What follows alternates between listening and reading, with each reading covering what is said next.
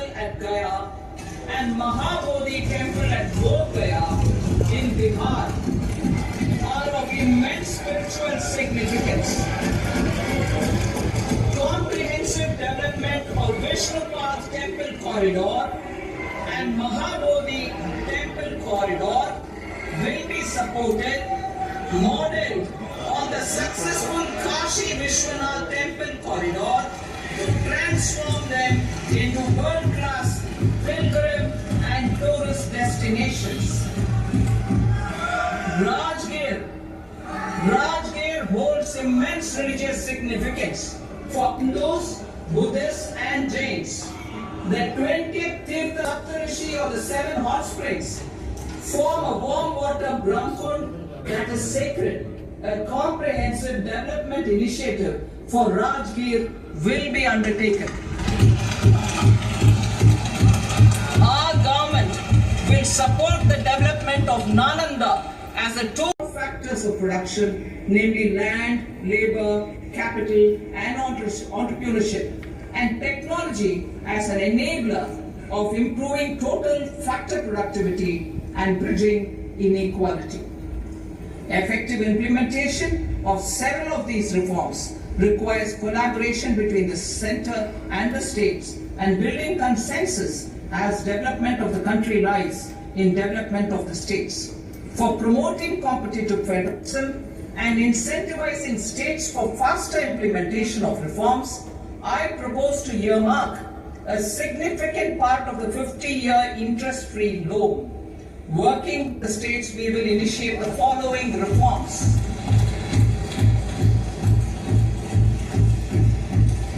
Land-related reforms and actions, both in the rural and urban areas, will cover land administration, will cover 1. Land administration, planning and management, and 2. Urban planning usage and building bylaws. These will be incentivized for completion within the next 3 years through appropriate fiscal support. Rural land-related actions. Rural land-related actions will include 1. Assignment of unique land parcel identification number, UL PIN, or Bhu Aadhaar for all lands. 2. Digitization of cadastral maps. 3. Subdivisions, survey of map subdivisions as per current ownership. 4. Establishment of land registry. And 5. Linking to the farmers registry. These actions will also facilitate credit flow and other agricultural services. Urban land related actions. Land records in urban areas will be digitized with GII. Industrial corridor with the support of the state care of most of the asks of the industry, particularly CII,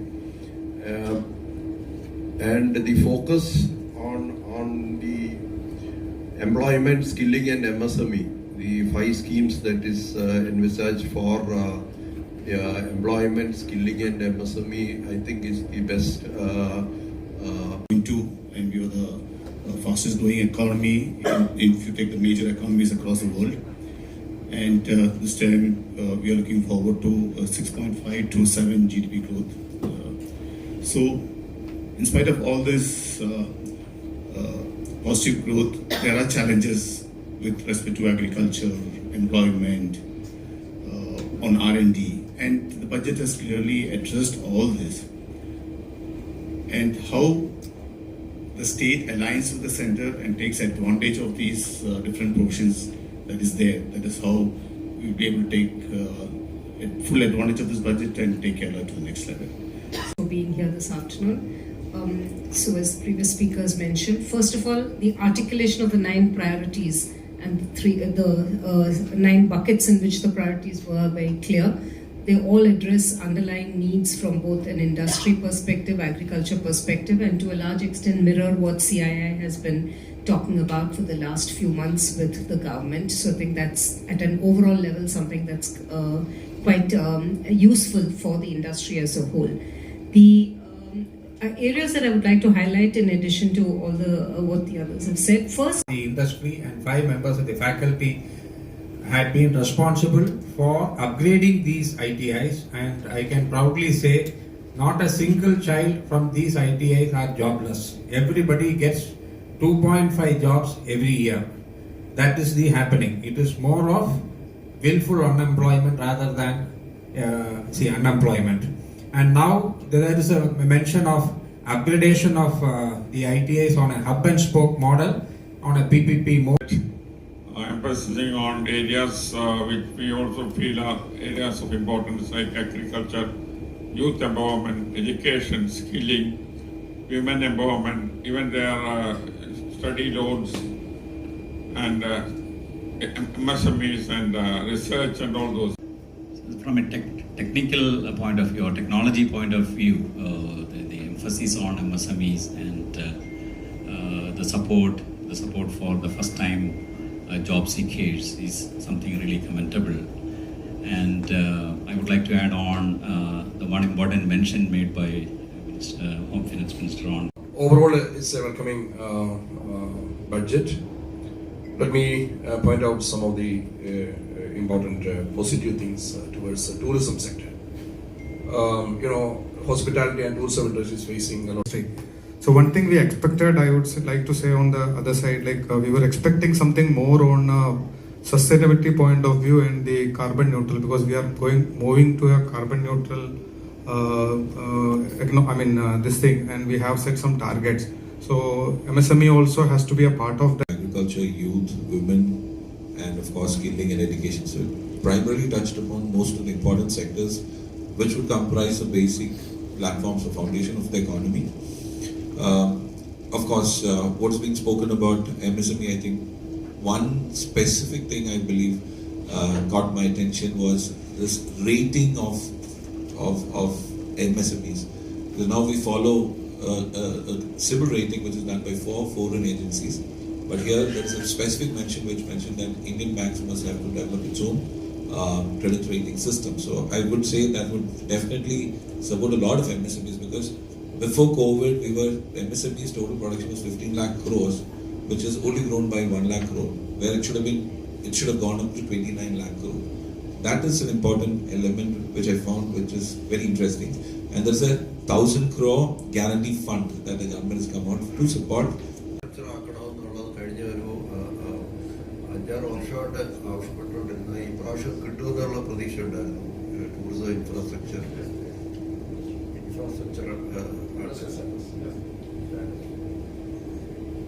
ഇന്നത്തെ ഈ ബഡ്ജറ്റിന്റെ വ്യവസായ കേന്ദ്രം കേരള വ്യവസായ കേന്ദ്രം എങ്ങനെ നോക്കിക്കാണുന്നു പൊതുവെ മൊത്തത്തിൽ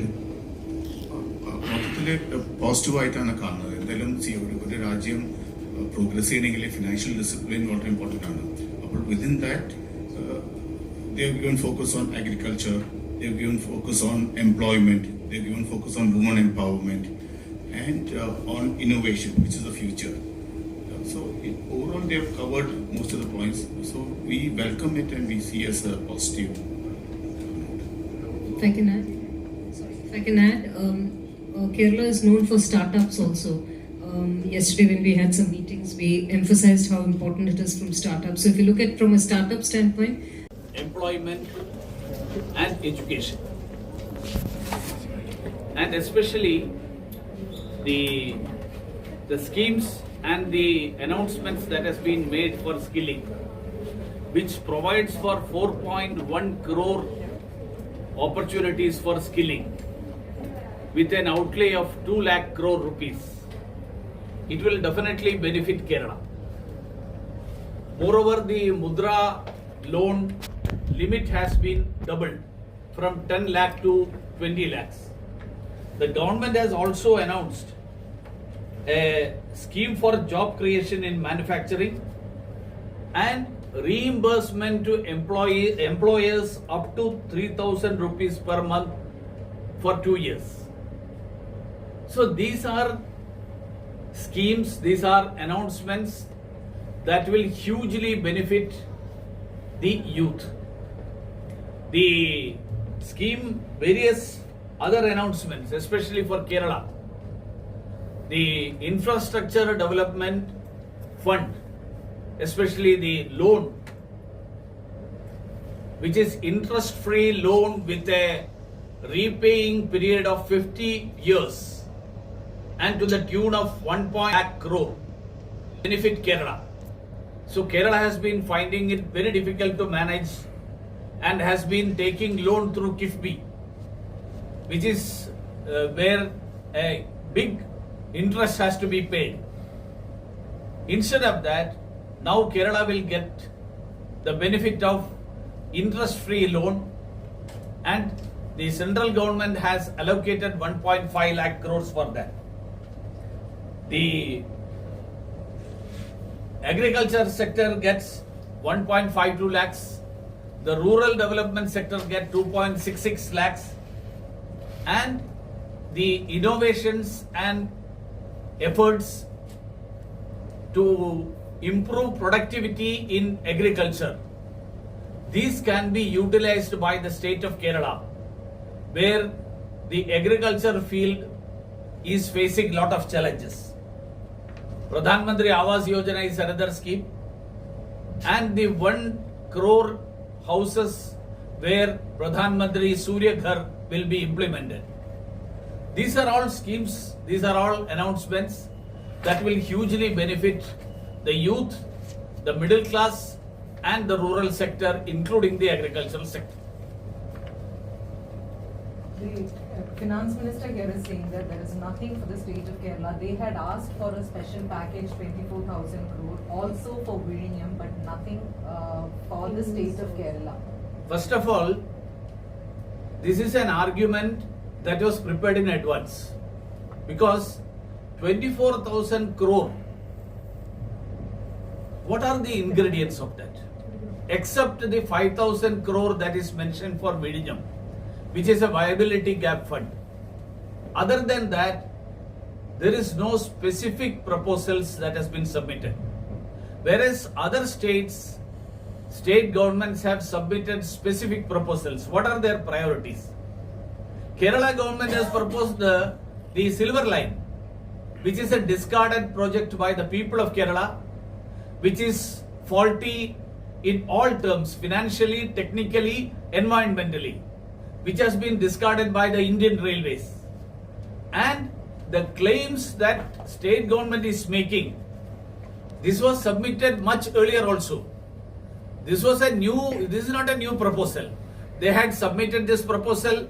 When the finance ministry didn't agree to that, they went to the Supreme Court. Supreme Court refused to accept that logic. And Supreme Court said that the parameters of devolution, if that is the issue that you are raising, we will consider it through a constitutional bench. Otherwise, there is no discrimination to Kerala has been very specifically mentioned by the Supreme Court. So 24,000 package is something which is a very, very, I can say that prepared with a very casual approach. Government should seriously consider the challenges that Kerala is facing. For example, have they proposed any project for redressing the waste management? Trivandrum is facing a problem, Cochin is facing a problem, Calicut is facing a problem. Have they proposed any such proposal, or any such proposals which are concrete in concrete terms, which the other state governments have proposed? Because like Amravati, setting up the new capital, that was the priority that Andhra gave. Some specific medical colleges that Bihar has proposed. So this is the way other state governments have approached the budget. Unfortunately, the state government of Kerala, they only want to score political points, and they are utilizing that opportunity for anything and everything. Finance Minister also said that after BJP got its first seat from Kerala, the centre has kicked out Kerala from the center. That's all political propaganda. That is Politburo's resolution, which the finance minister is reading out. I don't want to reply to such comments. So there is no mention about aims. See, when was the last time that AIMS was announced in a budget? Please tell me. So you are all thinking that like the UPA years, the government was making all announcements on one day. Narendra Modi government functions 365 days. It takes decisions, it announces. Every day you will find announcements. This is a policy document, this is a policy approach, and you can read the mind of the government from the budget. So don't say that AIMS is not announced.